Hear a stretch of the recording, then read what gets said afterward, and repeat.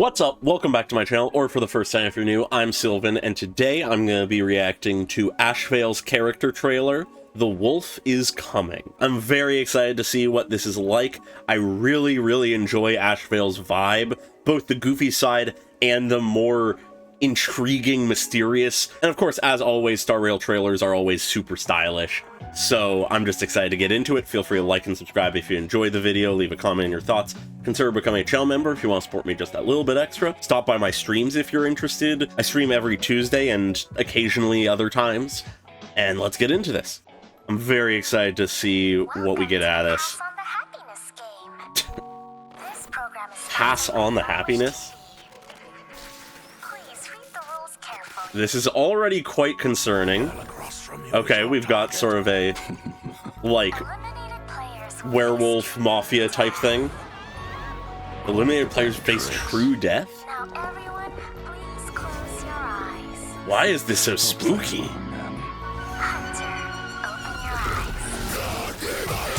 Yo! What a lively night. Yo! I did not expect this vibe!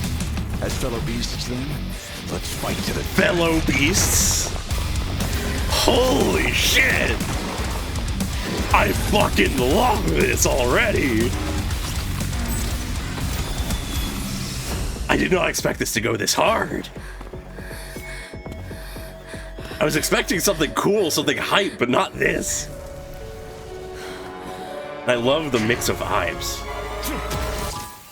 Ooh, the piano. Ooh, the full moon. Careful. There it is! This, I think it came with straight through them. Holy shit. It's time to devour the prey. Fuck yeah! After all, you achieved first. Holy shit.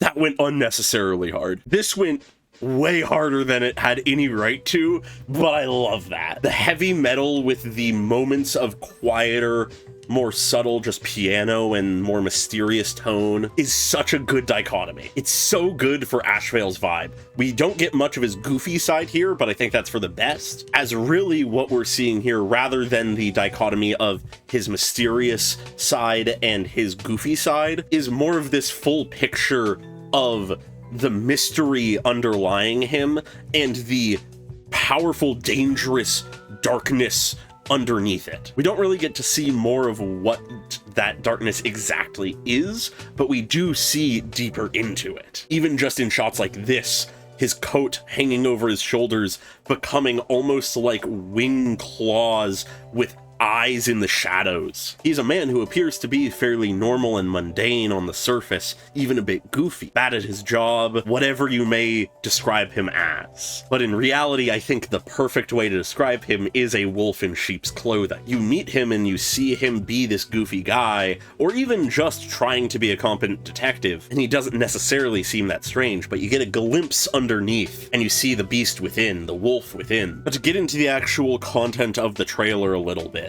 we have this initial framing of this very creepy setting with this game called Pass on the Happiness.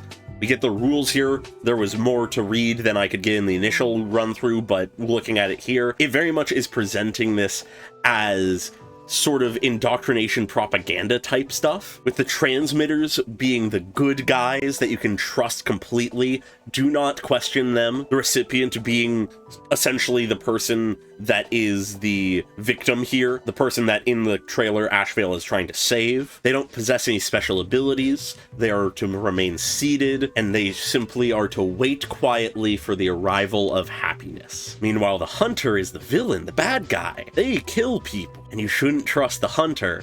He is the embodiment of violence and terror.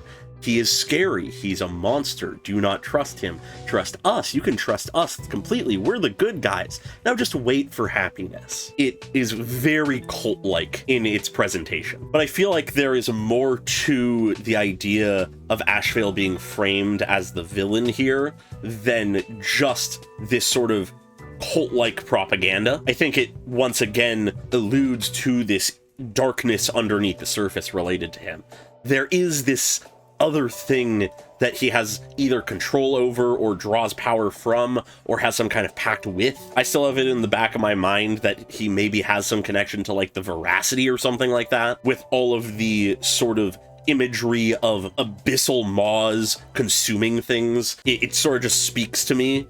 But either way, regardless of what it is, there's this almost eldritch vibe to his power. So that darkness is there, and he's presented as the villain here, but I think that speaks more to the complicatedness of, he may have powers that make him look like the bad guy, but he's the one who's gonna save you from this situation. He's gonna be the one to get you out of this. And alongside the mystery of his power, we have this moment with him sitting in his chair and this almost eye-like rift behind him that we intercut between that shot and these hands wrapping around the front of him from behind. And not just any hands, they're in fact his hands. What exactly does this represent? What exactly is this hinting towards? That is something I don't know, but it's super intriguing. Then we have this incredibly visually interesting shot of his hands coming out, or perhaps the other hands that were wrapping around him coming forward, and then these red spectral hands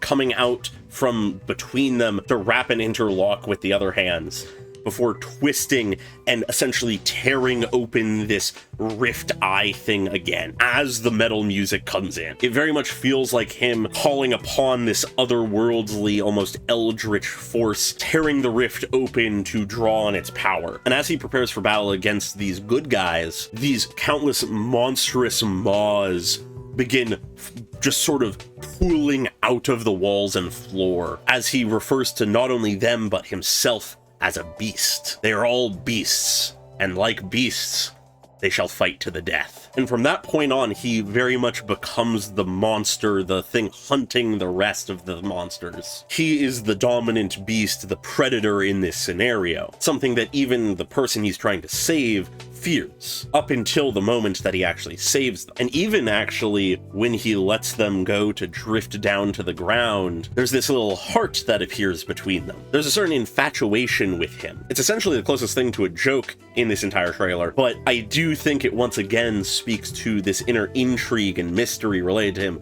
There is something interesting about him that draws you to him, to like, what's going on here? Very much so, this trailer does so much to just expand the mystery of him. It doesn't give us more, really, but it just keeps him so interesting. The metal music is such a good touch. The dramatic difference in tone that it's enabling is so good. This is such a solid but simple trailer, all things considered, and I love it. But with simplicity, of course, comes not too much more to say, so I think I'll leave things there. Feel free to like and subscribe if you enjoyed the video. Leave a comment on your thoughts. And very special thanks to all of my channel members, including Amorphosilica, Dweller, Pokelove101, and Unusual Echo at the normal tier, and Kono Nano at the cool person tier. Really appreciate your support, as always, and I hope you all have a great day. Bye-bye!